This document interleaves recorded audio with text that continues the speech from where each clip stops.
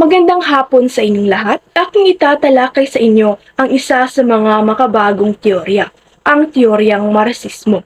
Ngunit bago natin aalamin at bibigyang definisyon ang teoryang Marxismo, bago natin aalamin kung ano nga ba ang layunin nito at kung bakit ito binuo at kung paano gagamitin ang teoryang Marxismo sa pagsusuri, ay atin munang kikilalanin kung sino-sino ang mga taong bumuo at nagpaunlad sa teoryang ito. Si Karl Marx ay isinilang noong May 15, 1818 sa Trier, Germany. Naging abogado na kabilang sa mababang panggitnang burgesya, isang ekonomista at itinuturing na pinakadakilang ekonomista, historian, journalist at revolusyonaryong sosyalista. Si Friedrich Engels naman ay sinilang noong Nobyembre 28, 1820 sa Barmen, Germany. Isang author, teoryong pampolitika, pilosopo at sosyalista. Kinikilala sa kanyang pagbuo ng ideyang Marxismo kasama ni Karl Marx.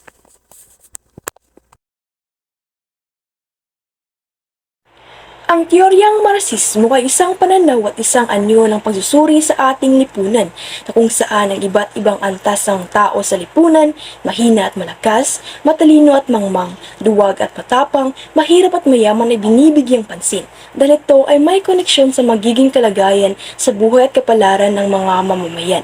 Ayon kay Marx, ang bawat tao ay nahahati sa mga uri ng lipunan na ang mga miyembro nito ay may higit na pagkakatulad sa isa't isa kaysa sa mga miyembro na iba pang mga uri ng lipunang hindi sila kabilang.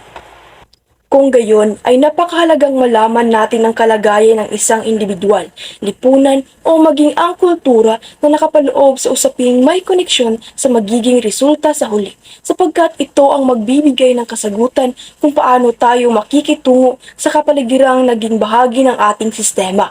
Sa teoryang ito, hindi lamang ang partikular na mga simbolismo at tema ang pinakapokus ng pagtanaw kung hindi ang mga paraan kung paano natin malaman ang kalagayan ng isang problema, nang sa gayon ay maturuan ang ating mga sarili na maging malumanay at maunawaan ang namamagitang mga tunggalian na nakapaloob sa bawat akda. Halimbawa na lamang sa tunggaliang mahirap laban sa mayaman. Hanggang sa kasalukuyan, malawak pa rin ang usaping ito. Mababakas pa rin ang nakaugaliang kung mayaman ka ay marami ang iyong magagawa. Samantalang kung ika'y mahirap, limitado lamang ang iyong kayang gawin sa iyong lipunang ginagalawan. Nananatili ang pagiging mangmang, mahina at katuwagan sapagkat nakaukit na sa isipan ng isang mahirap na hindi niya kayang makipagsabayan na kalimitang ipinapasa Diyos na lamang ang magiging kinalabasan nito. Gayunpaman, hinihimok ng teoryang Marxismo ang tunguhing magtulungan ang mga mahihina, mangmang, duwag at mahihirap na magwagi sa mga katunggali nito.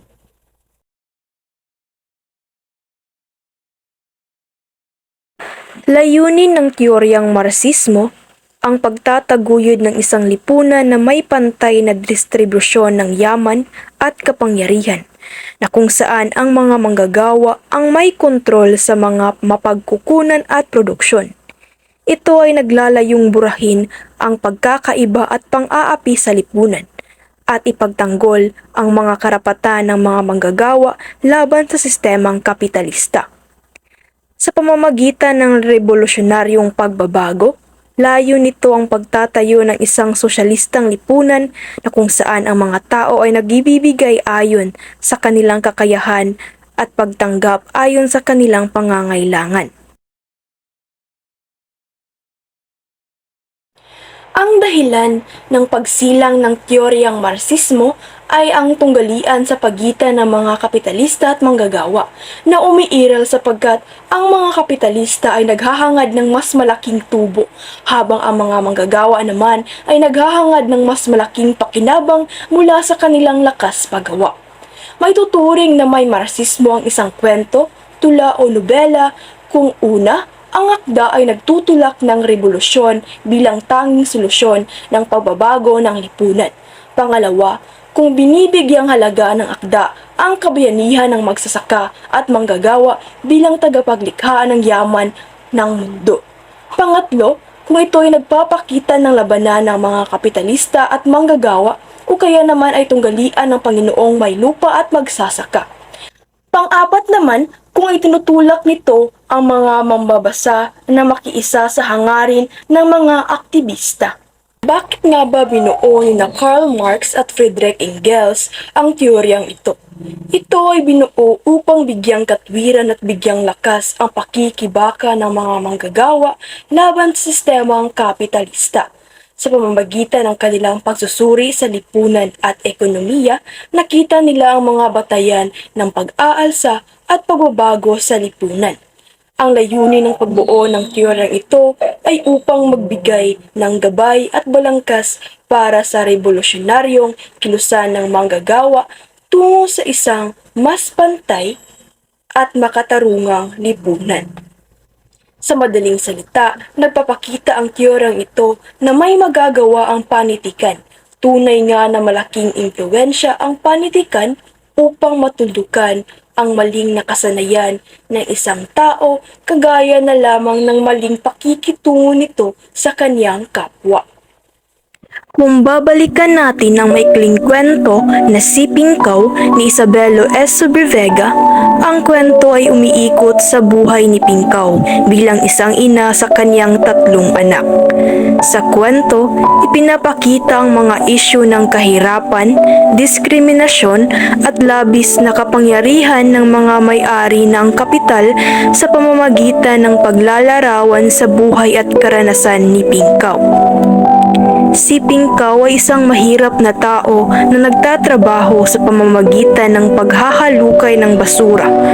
Sa kabila ng kahirapan, siya ay masiyahin, mahilig kumanta at may malasakit sa kapwa. Nakikita ang kawalan ng paggalang at katarungan sa kwento sa pamamagitan ng pagtrato ng mga bata sa kanya bilang isang bagay na kanilang pinagtatawanan at pinagtutuksuhan. Ang pangyayaring tinatawag siya ng mga pangalang Pingkaw at hindi pagtanggap ng kanyang pagkatao ay nagpapakita ng sistemang diskriminasyon na karaniwang naranasan ng mga mahihirap sa lipunan. Nasubok ang katatagan sa buhay ni Pingkaw nang isugod niya ang mga anak sa pagamutan dahil sa nakakain ng panis na sardinas. Walang nais tumulong sa kanya pati na ang mga doktor. Nagmamasid lang ang mga tao sa kanyang paligid hanggang sa binawian ng buhay ang 3 niyang mga anak, dahilan kung bakit nawala sa katinuan si Pingkaw. Ang pagkamatay ng mga anak ni Pingkaw dahil sa kakulangan ng akses sa tamang serbisyo ng kalusugan ay nagpapakita ng kawalan ng pantay na oportunidad at serbisyo sa mga mahihirap. Sa halip na makatanggap ng agarang tulong, siya ay pinagdaraanan pa ng pagtutulak ng kariton upang humanap ng gamot para sa kanyang mga anak. Sa pamamagitan ng mga pangyayari sa kwento, maaaring maipakita ang pangangailangan para sa pagbabago sa sistema ng lipunan na nagdudulot ng kahirapan at pagdurusa sa mga mahihirap, na isang pangunahing adhikain ng teoryang Marxismo.